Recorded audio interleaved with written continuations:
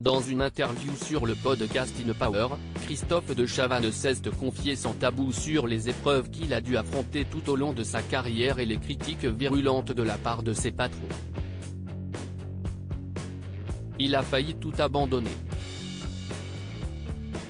Puis a reçu un appel qui a tout changé. Christophe de Chavannes cesse de confier avec honnêteté sur les hauts et les bas de sa carrière dans le podcast InPower, animé par Louise Aubéry, une émission qui avait déjà accueilli les confidences de Louane Emera sur les critiques qu'elle reçoit, notamment liées à son corps dès l'adolescence. Ainsi, Christophe de Chavannes a expliqué sa relation avec son métier d'animateur télé dans un extrait diffusé ce lundi 6 mars 2023. « Je pense que si est difficile de faire un métier comme celui-là sans avoir une envie sourde de séduire, franchement. Je pense que si je suis là, ce n'est pas pour rien, si est que j'ai eu besoin de ça dans ma vie, analyse-t-il. En effet, comme il l'explique, un métier public, peut être parfois très violent, et moi, je fais partie des mecs qui s'en sont pris le plus dans la tronche, assure-t-il. Face à l'étonnement de l'intervieweuse, il explique « Lorsque je vois mes camarades qui ont une carrière assez plate, en français plate, note de la rédaction, moi c'était des succès, des échecs, des succès, des échecs. »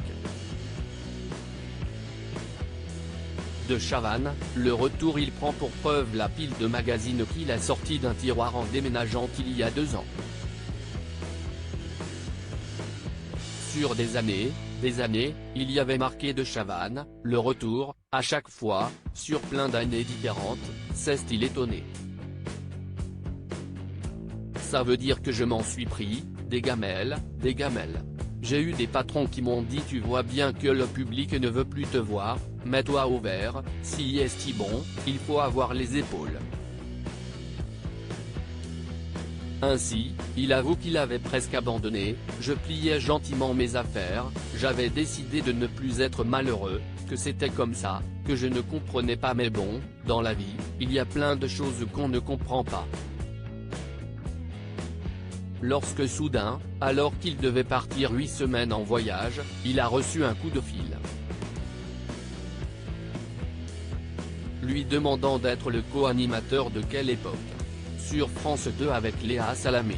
Une très bonne surprise pour lui, qui voulait justement s'orienter vers ce genre de contenu. Si on m'avait appelé pour un jeu, je ne l'aurais pas fait, assure-t-il.